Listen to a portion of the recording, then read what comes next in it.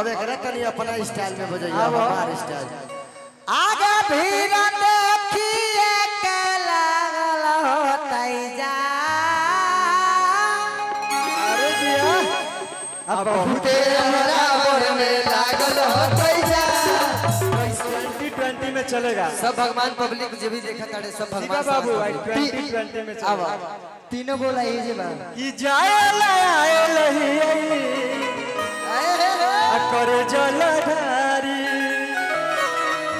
कि भोरे भोरे काली घाट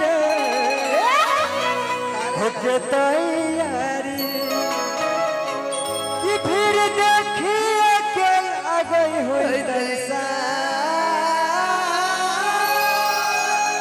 अरे जी बहुत अंधरा पर में लागल हो कई जा बोल जैसे बाबत स्वर्णनाथ सुने ना आप लोग एक बार ताली बजाइएगा तभी तो मजा आएगा। बजाना भाई का गाना है भाई। ये गाना हमारा शंकर भगवान की जय। असली एनर्जी बना के रखे। सोच लो गाना शिवा बबुआ के अच्छा लगल तभी दिल के करीब गई तभी नहीं गाना के प्रमोशन कैली। अब शिवा बाबू सबसे बड़ा मेरा खुशी की बात है कि हमारे दोनों भाई ये पूरा वैशाली जिला नहीं बिहार नहीं ऑल इंडिया नहीं पूरा वर्ल्ड में 4 नंबर पे आए हैं। अरे एक बार भाई खातिर ताली बजाइए। सब भगवान सब भैया लोग की बाबा और इस दोनों का साथ रहेगा भाई का तो थोड़ा हम पीछे से जे भी देखा ताड़े सबके शिवा बबुआ के सदा प्रणाम बा। दोबारा से अब गाना होते रहेगा वो गलत लेकिन दूसरा गाना भी गाइए। नहीं नहीं पहले फरमाइश है बड़े सर वही हो जाएगा। चलिए आइए स्टार्ट कीजिए। आइए कि जाए नहीं आई करे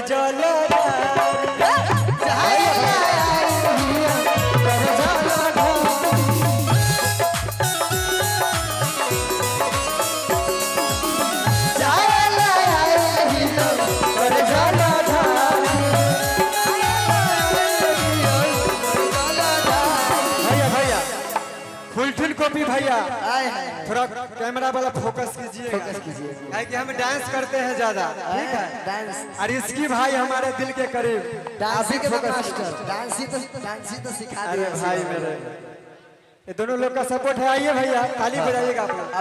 अब माही मनोसा 3 4 5 आप लोग कौन है नहीं मालूम लेकिन आप लोग का नाम बड़ी सुने हैं। 3 4 मालूम नहीं है बुरा मत मानिएगा लेकिन आप लोग है माही मनीषा जी। चलिए गोलू भैया भैया थोड़ा देखिएगा कैमरामैन फोकस कीजिएगा कि जाए नहीं और जाला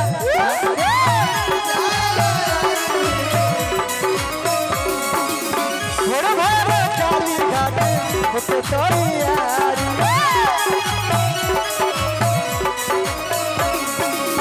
जाए नहीं और बोलिया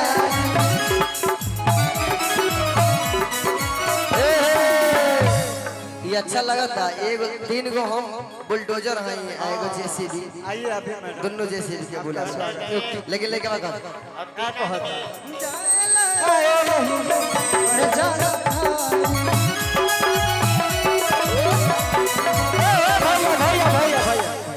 मनीष बाबू आवत तू हूँ आवत नहीं शिवा बाबू आप उधर रहिए हम इधर रहेंगे। कैमरामैन फोकस कर। अरे हमारे मुन्ना मवाली मिला के ठीक है हैदराबाद भैया की तरफ से बहुत बहुत पुरस्कार मिला के आइए कि जाए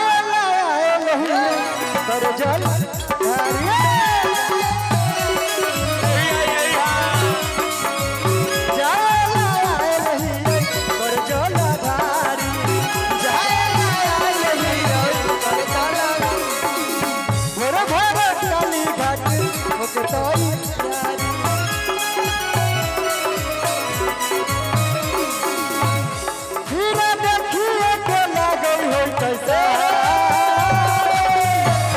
अब एकरा तनी अपना स्टाइल में बजाइए हमार स्टाइल।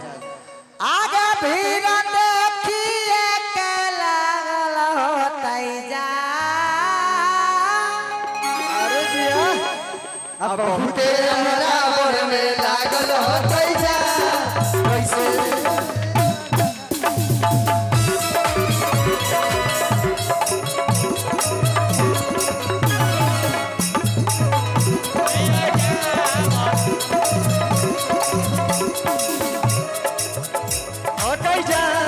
कैसे जैबे स्वर्णनाथ धाम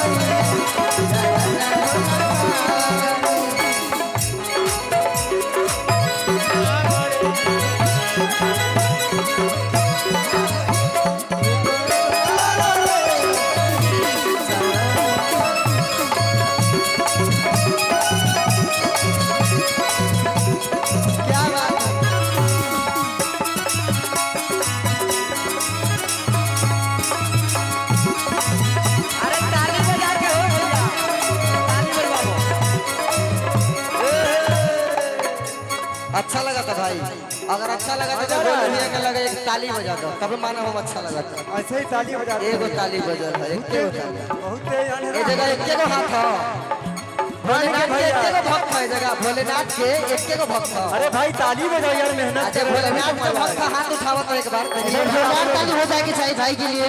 हमार भक्त ना बाबा भोलेनाथ के भक्त हाथ उठाओ तब ना देखो और कहना भोलेनाथ भगवान की बहुत महुआ में लागल हो पैसा कैसे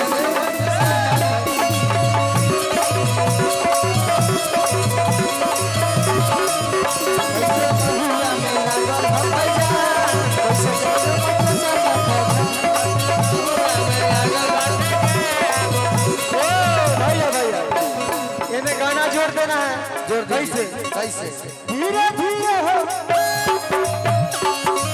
धीरे धीरे कावड़िया धीरे धीरे धीरे धीरे हो भैया धीरे धीरे भैया। आप लोग उधर चले जाइए, हम अकेले इधर रहेंगे। आइएगा भाव में कैसे माही मनीषा जी आसिफ बाबू आप भी आ जाइए, हम दोनों आए एकदम बढ़िया लड़के धीरे धीरे भैया भैया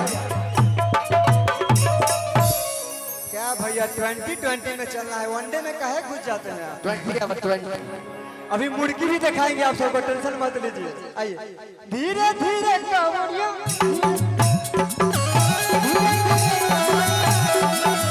धीरे धीरे कावड़िया धीरे धीरे अजलवा धरिया बाटे सरना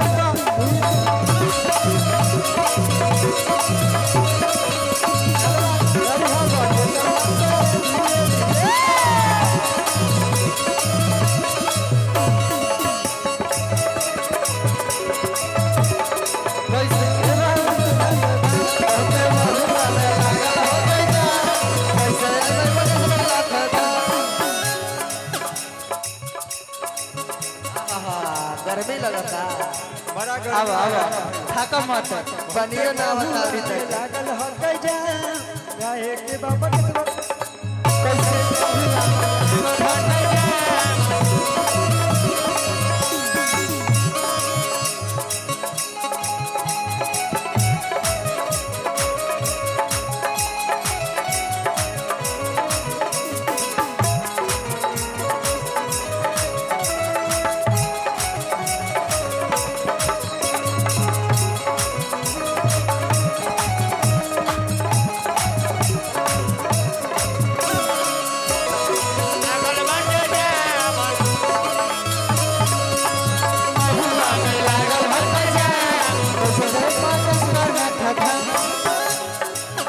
बहुते महुआ में लागल हो गई जा गाए के बाबा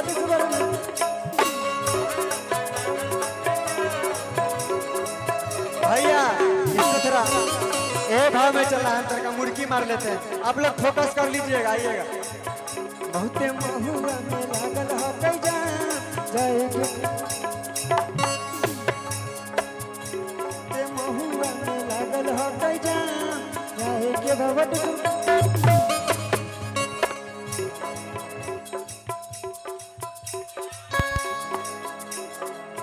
बहुते महुआ में लागल हो गई जा गाए के बाबा स्वरनाथ धाम उड़ा दो भैया बहुते महुआ में लागल हो